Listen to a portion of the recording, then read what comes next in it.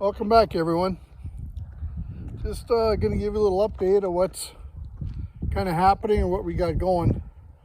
What we've been doing is working on combines, machinery, and we have a couple, and working on some bends. We got a couple bends that the roofs are leaking on them a little bit.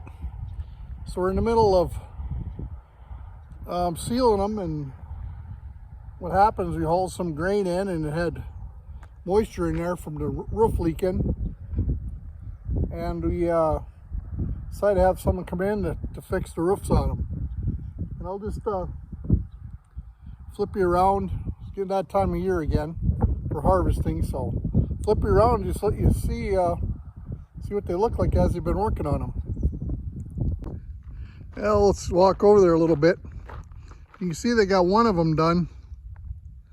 The other one, they're just in the middle of putting it's like acrylic tar or something with galvanized or silver paint with it.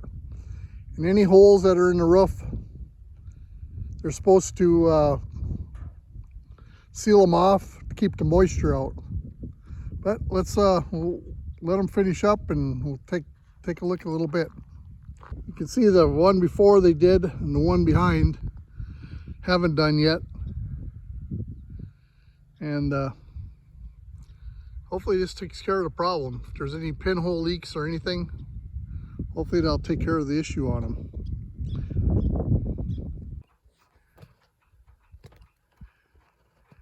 Well, they finished up the roofs, and sounded like they had a couple spots on the second bend that had some pretty good holes in them that they repaired, and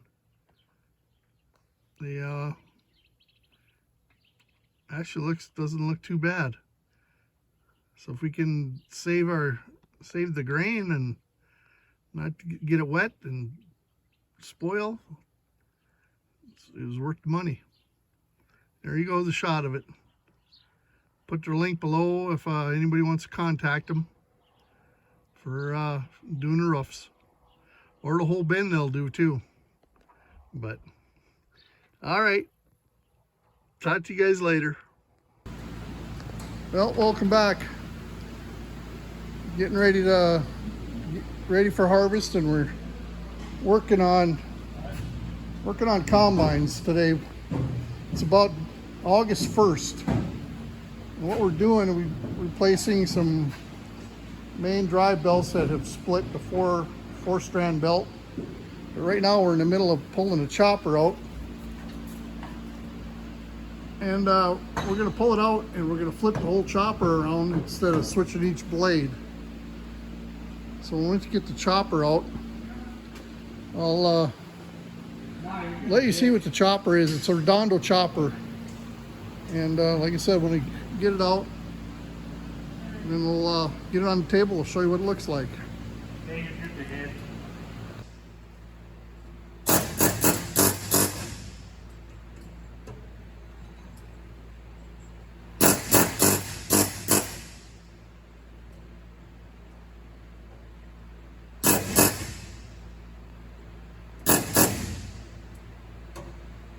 Zach, just put the impact in there and just let it keep going in deeper. Just let it bust.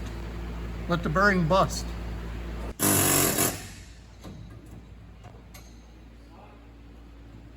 Need a bigger punch?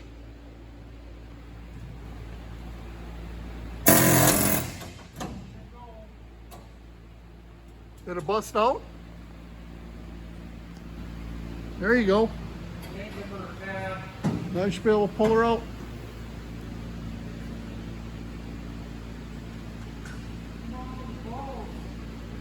Just let the balls drop in. We'll get them with a magnet.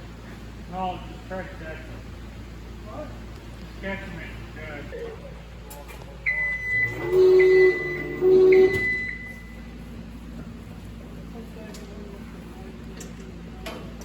What? Yeah, they're all down. Just watch your hand. Ready? You're gonna have to lift up higher. Okay. Just hold it there. Now my lift's in the way, so.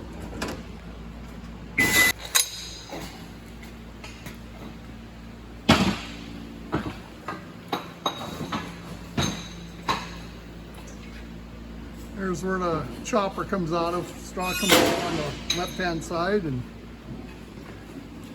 hey, you look at the knives. Let's see, this one here is, they're pretty dull. You look at the other side, you got a real sharp edge on them. So the plan is to just take the whole chopper, rotate it, pull the pulling plate off, rotate it, and stick it back in the hole instead of taking each knife off. So anyway, you could quite a bit of acres on it. Looks good. We get it swapped around. We'll get you back in the picture and show us put it back in. Getting back to our Redondo job for chopper. Once we got all the bearings stripped off, whoops, that's what it looks like. So what you actually can do is you can, same distance on both sides. And the theory behind the Redondo chopper is a smaller drum here, so you get more throughput through the chopper. So the original drums are probably 2 times as big. So I went to a smaller drum, so it takes up less area and you push more straw through them. So right now we're going to start putting it together, reverse what we had, and be ready to stick it back in the hole. Get back to you when we got it all together and get ready to put it in the hole. All right, we got the chopper back in after we flipped it. We're just putting the doors back on and starting to put the bearings back on it.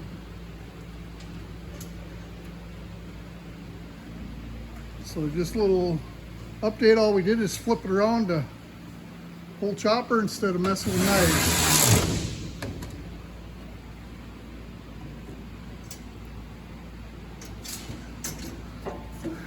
Okay, I'll keep shooting away as we go here. All right, we set the rotor in, and then we put the door and stuff on later, and then we put the bearings on the inside and the outside. We'll make sure it's not hitting the floor and give it a rotation. Well, we got the chopper in place, and where them blades go on the chopper, there's what stationary knives that come up from the bottom. I guess I never took a picture of them. And you got to center the chopper in between the stationary knives. So anyway, that's pretty much all put together. I guess the other thing we did is we this header here, we just got done, we put a new knife in it. Last year it had like 4 or 5 splices in it. So we come along, put new guides, and the guides right there, they kind of guide the knife all the way in. We put all brand new knife and sections in it. And hopefully we don't get no torn knives this year. So anyway, now we're on to replacing the belts on the bottom and the U-joints. There's some U-joints that run the chopper, or part of the chopper shaft. So I'll take little shots of it here and there, and hopefully it helps somebody. Well, welcome back. We got the chopper in, and we got, whoops, let's back up a little bit. We got a new main belt that we put on. And also, Gleaner has come up with a new update for the pin that goes through here and the triangle. And what they did is, let me go to the old one. Here's the old triangle. And your bushing and tightener arm ran on that. But what they did is they come out with a new update where they take that and they get rid of this because there's wear on that all the time in the bushings. They actually run a bolt through here now. They put a bushing in the arm and in the that goes onto here. There's one solid bushing that goes on here, and then in the arm there's two shorter bushings with a grease. And if you look at the R72, 5, 6, that whole series, this update now is done on all of them. So like I said before, what they had here is like a bolt that ran through into that short shaft, which wore, and pretty soon your whole tightener was off. Where this new one, it seems like there's a little bit of float in here.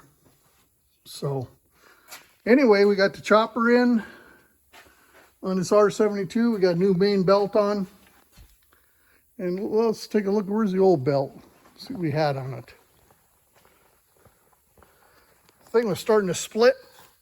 And if you look here, there's chunks missing out of it. So you don't want to be changing that out in the middle of harvest. Yeah, here's the thing starting to split too. But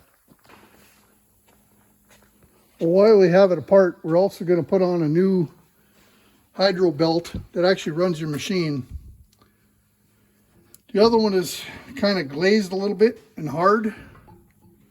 So we're going to, at this point, put a new belt, hydro belt on, and a new loading auger belt that unloads. So as we keep stepping through this, I'm cutting these videos short. I'm not showing all the nuts and bolts turning, and we're just cutting it short because that anybody can turn a nut and a bolt. So okay, we'll keep going as we go here. All right, let's go in here and just take a quick look at the wheat that we're going to be harvesting probably maybe a week, 2 weeks out. Anyway, we've been hit with some pretty hot weather, and but the heads themselves, back up here a little bit, look good. They look like they're filled, but I'm sure it bid a little bit on the yield, or maybe we got lucky and it's just going to drive the protein up on it. But anyway, that's kind of look about waist high, it looks like. So hopefully you got a good yielder, because the prices are pretty crappy. But hopefully the yield will make up for the price this year. But let's go back in and see where we were left off on the R72. But anyway, the R72, we got all the belts on it. And the new belt, the main dry belt, sure was, sucker was tight compared to the old one. The old one must have been stretched. Got a new hydro belt on. So this, oops, hope I might make you sick. This machine is about ready, it's ready to go pretty much. Put on a couple covers. Other than that, it should be pretty much ready to go the way it looks. Concaves, everything's set for wheat. But then we, let's go down here by the R75. I don't know if you'll be able to see this very well or not, but yeah, probably not. But I guess we're looking or talking about changing this belt right away. But for the most part, the 75 is pretty much ready also to go.